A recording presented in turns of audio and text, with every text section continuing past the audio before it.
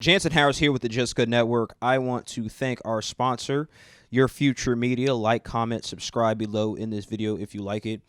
I'm talking about the Falcons, who should be their next head coach, because let's just be damn honest. Dan Quinn is most likely going to get fired. Why is that? Which everybody pretty much knows. Anyways, the Falcons dropped to 1-6 after losing to the Rams 37-10 today. Ugly game at home. So here's a list of guys that I think could become the next Falcons head coach. And you know what? If they're not considered, they should damn be the next Falcons head coach. Let's first start with Josh McDaniels, longtime coordinator for the New England Patriots, current coordinator actually right now. 2018, he was supposed to be the coach of the Colts and then last minute reneged. Whole bunch of coaches and ex-players hated that. His longtime agent left him as well, Bob Lamont.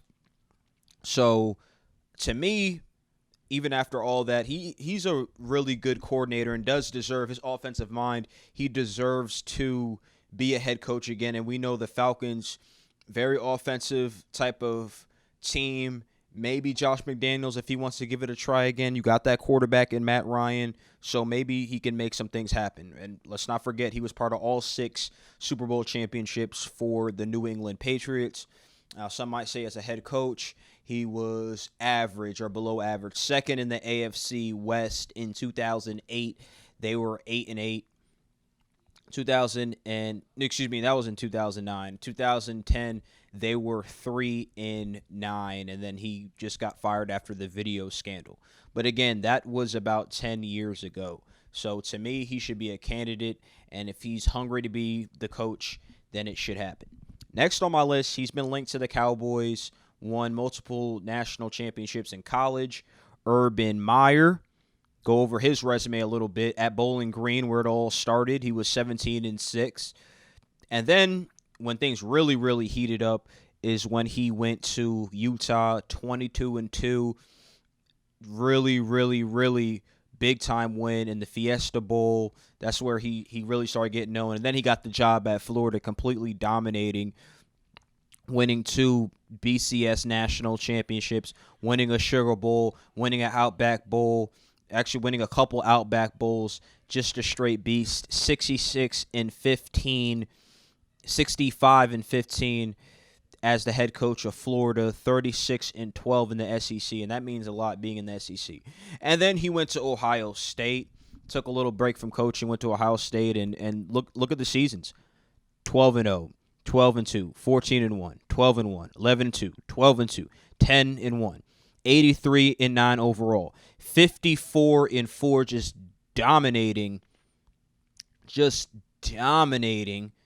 the dang conference in the Big Ten. So you see how great he is. He has a Rose Bowl victory, Cotton Bowl victory, Fiesta Bowl victory, won a Sugar Bowl, won a national championship, 3 championships altogether. So the resume speaks for itself. It's just, does he have enough left in him to want to coach, challenge yourself to want to coach the Falcons? I think he could be successful.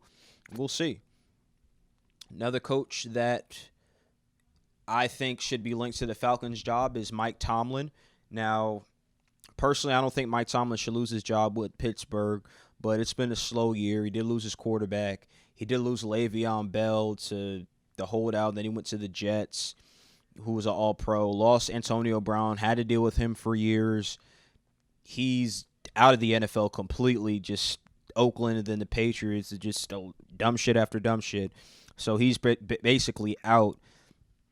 But looking at his resume since 2007, it's been a good one. Worst season right now I'm looking at is outside of this year's 8-8. I think Mike Tomlin's a really, really good coach. Some don't appreciate him.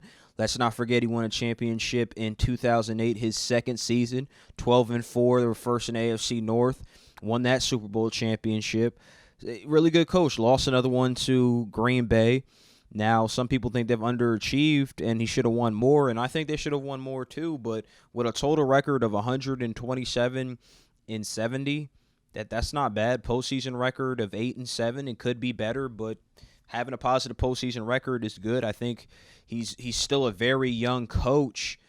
I think he would fit with the Falcons. He would change that culture around. They could use Mike Tomlin, and let's not forget he's only 47 years old, still a pretty young guy. Now, the last guy on my list is a defense coordinator currently for San Francisco, Robert Saleh. He has done a hell of a job so far. Second overall defense. They're first against the pass, the Niners. They're second in points allowed to the New England Patriots. They've been dominant on defense. They're 6-0, won again today against the Washington Redskins, 9-0. This defense just takes offenses out the game. They made Jared Goff look like a bum last week, throwing under 80 passing yards. So, to me, if he keeps this up, he's definitely going to be at the top of many people's list. Probably the Falcons list as well, because let's just keep it a buck. Dan Quinn's going to get fired. 1-6. This was a championship like roster. This was a team people said would win the title. And to add insult to injury, the squad defensively is where you said they would get better, and they just haven't. So we have to keep that in mind as well, too. So like, comment, subscribe below.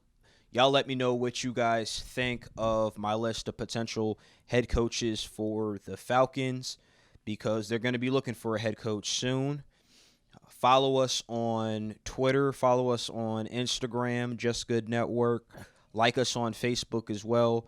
Look at me currently as well, too, Jansen Harris. I want to thank the sponsor again, Your Future Media, and have a blessed day.